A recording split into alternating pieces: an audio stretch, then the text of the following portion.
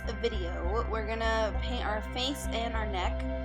I used black and white face paint. I wanted it actually to be gray with a hint of green, but I added a little too much green, and it is what it is. So we're a little bit greener than I would like. I'm taking that on a stippling brush, and I am just getting the product on there.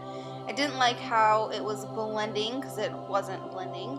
So I took a beauty blender and I just put the product all over and just kind of went back and forth with brushes until I felt like it was on there enough. I did have a problem with it sticking to my cheek areas, so I kind of had to go over that area over and over and over. So you can see I'm using a bunch of different brushes just to kind of really get that blended because it did not want to blend. So once you have that all over the face, we'll go over what happens next.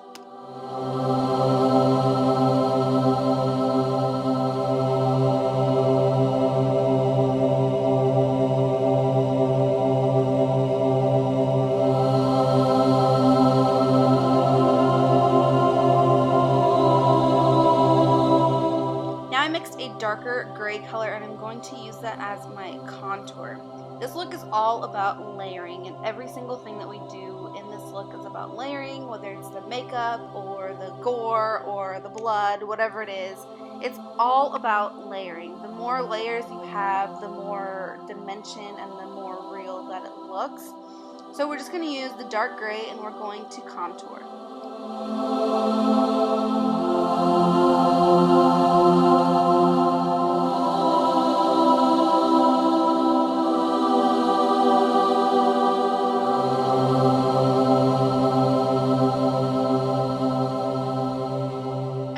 Contouring my cheekbones, I'm also contouring up on the forehead. I really want the sunken in, dead looking look because we're dead.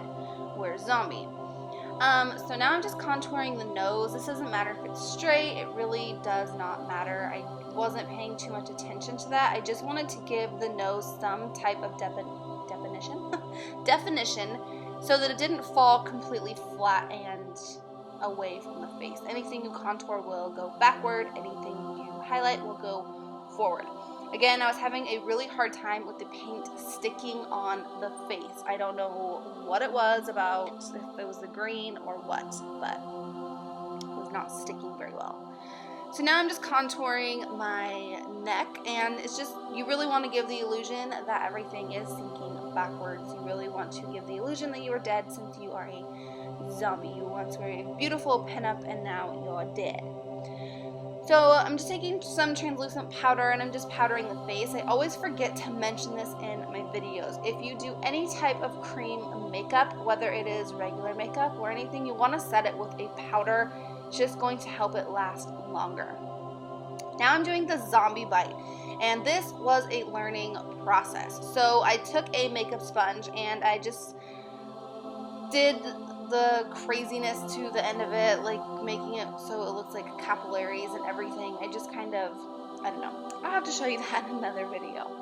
But I did that, and it just looks like a bruise, pretty much, is what you want to do. Now I'm taking the latex and the napkin, and I'm just making a zombie bite. I tried the scar wax and it just didn't work for me, and I think it's because the area was not clean. Obviously you can see it has a bunch of makeup all over it, so I think that's why that it didn't work. But I was just having such difficulty with it. So I just did latex and napkin. You can use latex and toilet paper, you can use latex and tissue or paper towel or whatever the case is, but I just had a napkin sitting there, so that's what I used. This is just layering, once again, like pretty much everything in this video. I'm just taking the latex, putting it down in the shape I want, and then I am just taking the napkin and putting it right over top. So it's just latex, napkin, latex, napkin. Now for the outside of the bite, because you want some depth and definition, you want some to be raised higher than others, I did take and just kind of crush that into, like roll it into like a worm shape, and then I did put that on the outside so that it is higher than the inside. Now I'm taking a spatula and some red. You can use red paint, you can use lipstick, you can use whatever that you want to. and I'm making the bite marks. The reason I'm using a metal spatula for this is so that it goes into the wound and it makes it look right there, you can see, makes it go in instead of just being makeup on top of the latex. Now I'm taking burgundy and I'm just giving this some depth and definition, and then I'm going to take black and I'm just going to go in and just do the exact same thing. I just want it to look like those bites are really sunken in. The more darker colors you use on the inside, I'm going to have a close-up right now. Oh, not right now, but soon. And you can see exactly where I'm putting these colors, and it's just going to make that bite look more intense.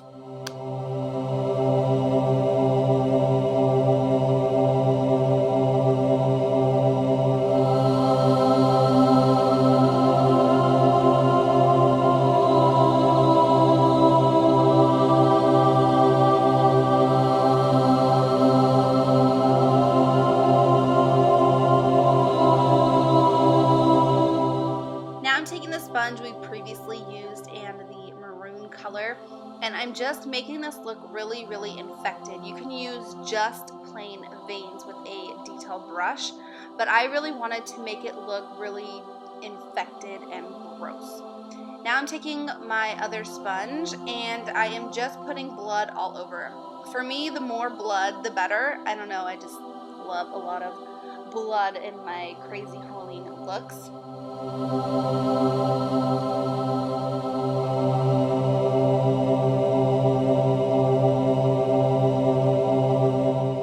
Now I'm making a wound on my forehead. The reason I'm doing this is I wanted to really balance out that bite on my neck. So I'm just taking latex and laying that down. And then again, I'm just placing the napkin in the shape of the wound that I want. And then I'm going to drag that down the face. And again, just layering latex and then the napkin. And you can just see it. It's really, really simple. And I'm just going to kind of drag that down the face so that it's a little bit larger and it's not just a small wound. I was thinking about taking it down further, but I just decided that this was good for now. Now I'm taking a detail brush and I'm just making veins come off of the bite. I really wanted this to look infected and gross, and yeah, so just take your small detail brush and do veins. I did them all up the side of the face. Now I'm just making that wound I did on the top, just kind of blend a little bit better. And then I'm just taking a spatula and then some scissors because it didn't want to cooperate with me. And I'm just opening up that flesh wound on the forehead. And then I'm going to add some red first. I always add the bright red first when I'm doing a wound because it gives it the more fresh blood look. And then when you want to make it look really sunken in and deep, you go in with the darker colors.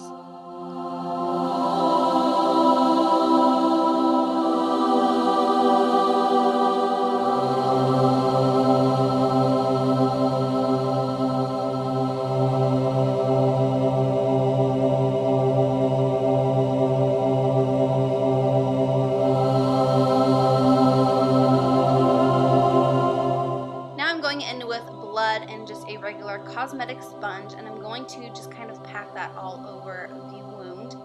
While that's drying, I'm going to go in and do the lips. I'm doing one side with NYX matte red color, and I'm just kind of putting that all over the lips. And then I'm going to go in and I drew these lines from the side of the mouth, almost like it's being cut open. I tried a few different things with it, but I just decided to kind of just blend them out. So that's what we're doing, and they did the other side of my lips black. Now I'm taking more blood on a sponge, and I'm just kind of blending that all out.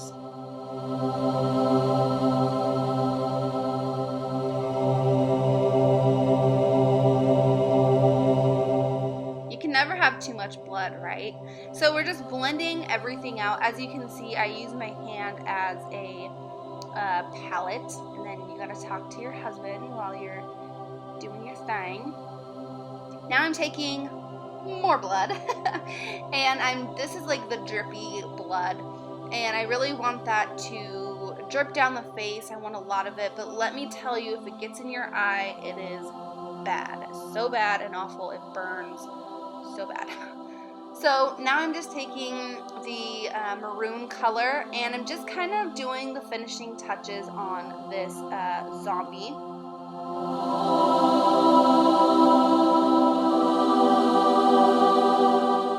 We're just finishing up and putting the touches of bruises and everything like that. These are literally your finishing touches to your zombie. So I'm just kind of giving her bruising. I really want that side of the nose to be sunken in. And then I'm going to take more blood, and I'm going to kind of put that where it's coming out of the nose. And be sure not to get this on anything. I'm sure it probably stains. So just put a napkin or something under you. And that is it. That is your finished look. I really hope you guys enjoyed this pin up a zombie look. If you did, please like it. Please subscribe to my channel. And I think that's it. I love you guys so much, and I will see you next time. Bye, guys.